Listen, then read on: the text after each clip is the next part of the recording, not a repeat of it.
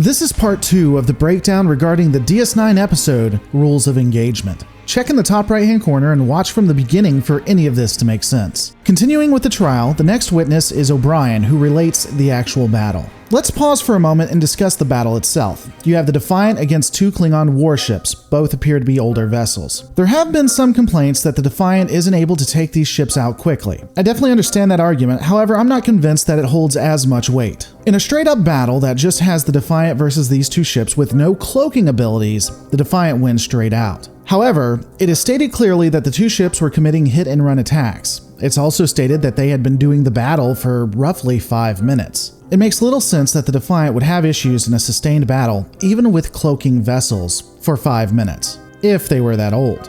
What is more logical is that the ships would have conducted a hit and run in every sense of the term. They swoop in, do an attack, one ship tries to pull them away, and then both run like hell. 30 seconds or more later, they come back and try again. Think about it. They do the same attack over and over and over for about 5 minutes. The fact that they aren't causing that much damage and haven't sustained that much either is inconsequential. The objective is not to destroy the convoy after all. So after 5 minutes and say 2 or 3 attacks, maybe a few more, Worf realizes what they are doing. So once they attempt again, he has them dead to rights. Unfortunately, he would destroy the transport. I understand that from Worf's point of view, it seems like the battle was consistent, but again, I don't think that my version is precluded. This could have been one segment of the hit and run. It's also possible, given that Starfleet wasn't at war with the Klingon Empire, that they were pulling their punches a bit. They were attempting to scare away the vessels versus destroying them. A Starfleet vessel destroying a Klingon vessel could actually start the war. So for me, the battle isn't all that unrealistic when you consider the different integers. However, this is the only way I can see it making sense, and the fact that they never question the type of vessels is beyond me. You're telling me that the Klingon Empire sends 2 ships it knows can't take on the Defiant, and Sisko never brings that up? Sure, the Advocate might try to argue that they were the only 2 ships available, but all of this is looking extremely convenient. 2 old warships are the only ones available to attack the Starfleet vessel. They do hit and run attacks that are ultimately ineffective. And then all of a sudden a transport ship just decloaks in front of the Defiant. 'Cause them's the breaks. The more I look at this, the more I think that the Admiral would probably question a lot of it as well.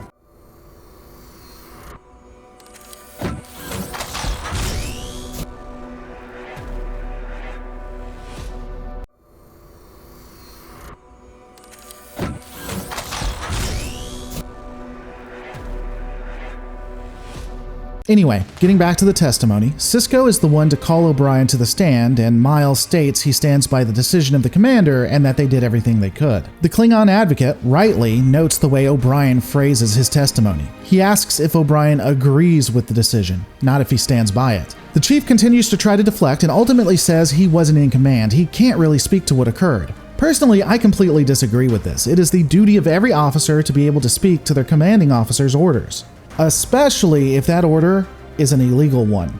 While I give the Advocate a hard time, I think he handled O'Brien excellently. The Advocate takes a different tactic and points out that Miles has been in over 200 engagements and has been decorated over 15 times. He asks to have O'Brien considered to be an expert in ship combat. Sisko, of course, doesn't object, and O'Brien is considered an expert. The Advocate then puts the chief into a hypothetical situation where Miles is the one in charge. Before I continue, I want to say this. I don't know if the writers did this on purpose, but this was a brilliant move by the Advocate. If the Klingon had asked those questions before having O'Brien declared an expert, Sisko could have objected. However, as an expert, hypothetical questions of this nature are absolutely admissible in court. So well done, writers. He asks Miles O'Brien how the chief would have reacted and if he would have fired on the decloaking ship. Again, Miles attempts to dodge and states the question is unfair. It didn't happen that way.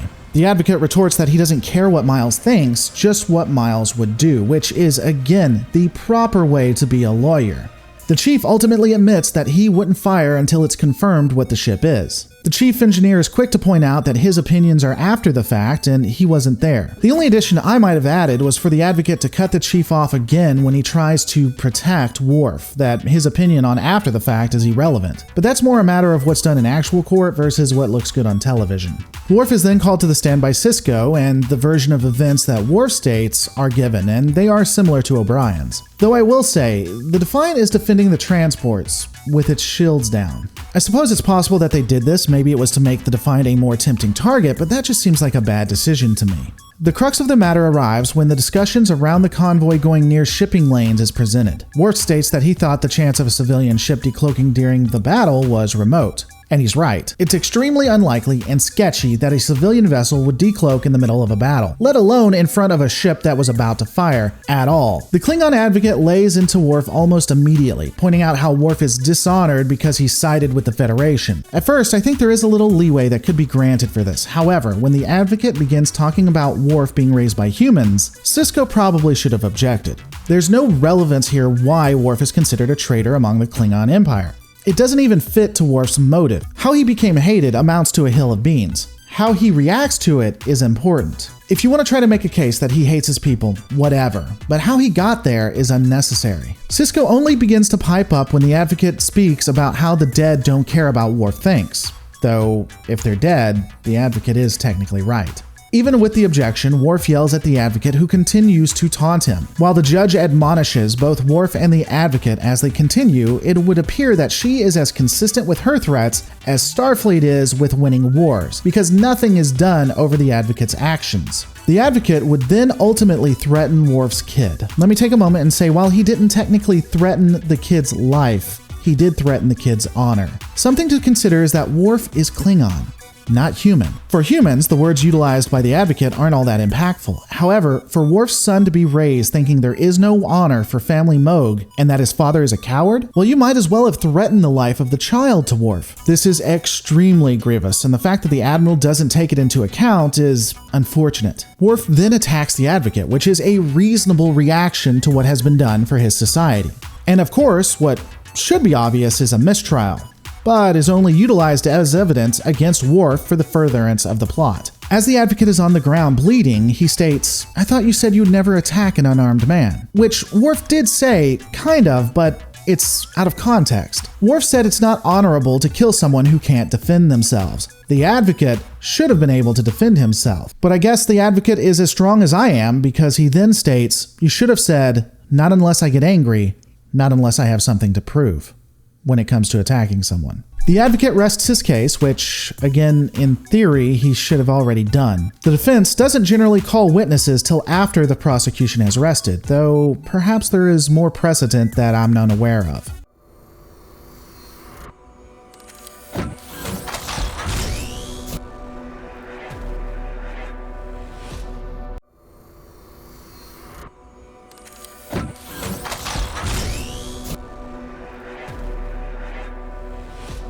The case would end with the deliberations. While waiting, Sisko requests that new evidence be admitted.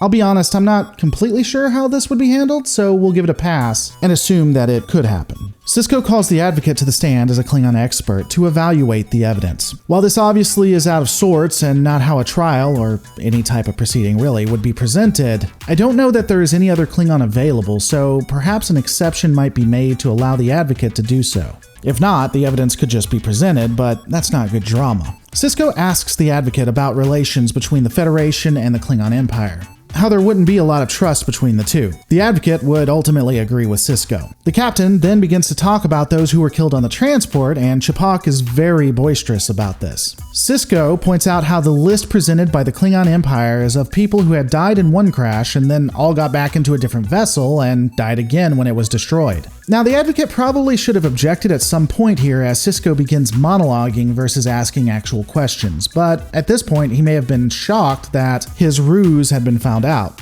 This means that Worf would be found not guilty and the Klingon Empire would be shamed. We'll get to the speech by the ecosystem-destroying captain who potentially caused the deaths of thousands to go after one man in a minute. Before that, let's pause to discuss Worf's mens rea, or his guilty mind. Some have stated that Worf is ultimately guilty because he actually did want vengeance. He wanted to punish the Klingons. But his own words point out that he wanted a reason. He didn't want to do it without provocation, and he was provoked. But at no time did Worf take an action that couldn't be justified as self-defense or due to times of war. Worf wanted to punish the Klingon Empire for what they had did to him and wanted a battle. Fine. But he wanted to do it within established rules of engagement, and he did just that. So what was Worf's mens rea? What was his guilty mind? If the Klingons attack, he defends the ship and happily punishes them for what they did, but only after they fire the first shot. At no time did this feeling cause him to go outside any bounds. He didn't attack fleeing ships. He didn't knowingly attack a ship that was defenseless. So the guilty mind of Worf isn't proven here at all. But sometimes that doesn't matter. While it's not a perfect analogy, an example where mens rea isn't required is if you take a wife who is watching her husband suffer due to cancer, and the husband continues to ask her to die every day, and she points a gun at him and kills him. She didn't really want to harm him, she wanted to stop his pain, but she's still guilty of murder. So, Worf doesn't have the guilty mind the advocate said he did. Fine. Doesn't mean he's not guilty. Is the action still justified? So let's look at his situation. Worf is in the midst of battle. Every time a ship decloaks, it fires on him. Also, Worf is not only fighting for the crew of his ship, he's fighting for the transports, the innocent civilians on them, and the people that need the medicine. If the convoy is destroyed, many more will die horrific death due to sickness. And that's not even to mention the brutal oppression the Klingon Empire will exact on that sector. Worf is defending, at least, 3 transports with innocent civilians. He is fighting to get medicine to people who will die if they don't get it. That includes children, by the way, and he is even trying to prevent an oppressive enemy state from harming an entire planet of people. You are damn right he had every justification, if not an obligation, to fire on the ship whether it is identified or not. Because what Sisko doesn't realize, what Sisko doesn't understand, is that if Worf makes the wrong decision and the Defiant loses in this situation, it loses big. I no more blame Worf for destroying a civilian transport than I would a World War II soldier who was fighting in an urban area for an extended period of time. If that soldier had to defend himself every time someone jumped out of the shadows, if he knew every time in the past he's been jumped that it was an enemy soldier wanting to kill him, and then he accidentally kills a civilian who does the same thing, then yeah, it's understandable. In fact, these things happen in real life.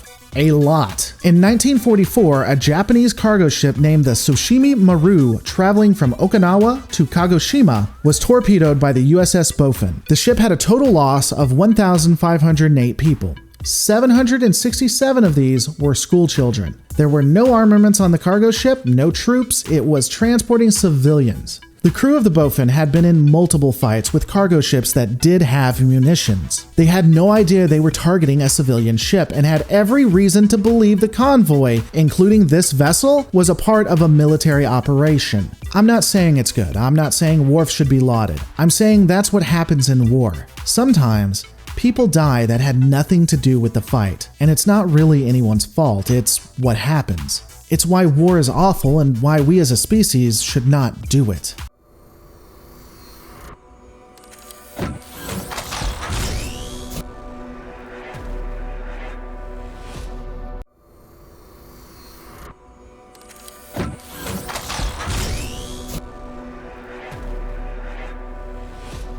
Let's address Sisko's speech. When I first listened to it, I actually liked what he had to say. I have historically used this speech to show how Janeway was slowly becoming an anti-hero. However, I think I've already shown how this isn't appropriate for the situation in which it was given. There are more extenuating circumstances other than that of a one-on-one fight. It's also funny this coming from him because he would be the one to fire a weapon that would kill people if they didn't get off a planet. I mean, it was only one engine failure away from civilians being killed, including children. I guess he got lucky that didn't happen. And we never know if he destroyed the entire ecosystem. I mean, you're telling me that animal life isn't impacted by releasing a toxin into the atmosphere?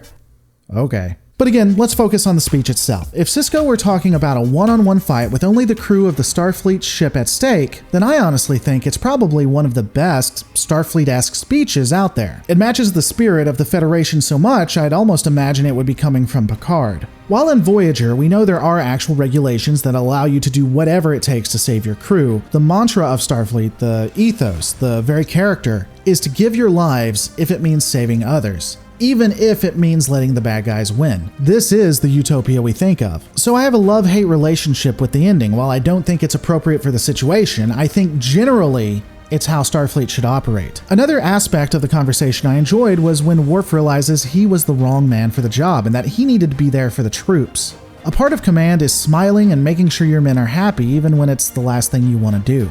Finally, let's talk about the Klingons' ploy for a moment. It's very Romulan. Well, Romulan if the Romulans didn't know what they were doing. I suppose I would think it's realistic in that the Klingons were really bad at trying to fake out the Federation and Starfleet. Many have said that this is uncharacteristic of the Empire. Normally, I'd probably agree. However, there are two different arguments that can be made for this change in character. First, the Martok changeling is still in power, so this means that he might be pushing for ploys like these that would cause tensions between Starfleet and the Klingon Empire. Whether the ploy fails or not, the Dominion wins. Additionally, we know that the Klingon Empire is falling, that they are becoming dishonorable. So this could be a clue towards that aspect. It is discussed at the end of the series. But I don't know. What are your thoughts? You know, it always intrigues me when I do these breakdowns. Because I'm so meticulous and discuss everything in great detail, people assume that I hate the episode. Personally, if you turn off the logical part of your brain, I think it's actually a great episode. The style it was done in, the way it comes out, the Cord-esque back and forth, I really appreciate it more now that I've studied it. It's always curious how people think if you analyze something, you hate it. Additionally, I nearly fell out of my chair when I realized how many accidental civilian deaths happen in the real world during war. That's just startling. But all of these are my thoughts. What are yours? Let me know in the comments below.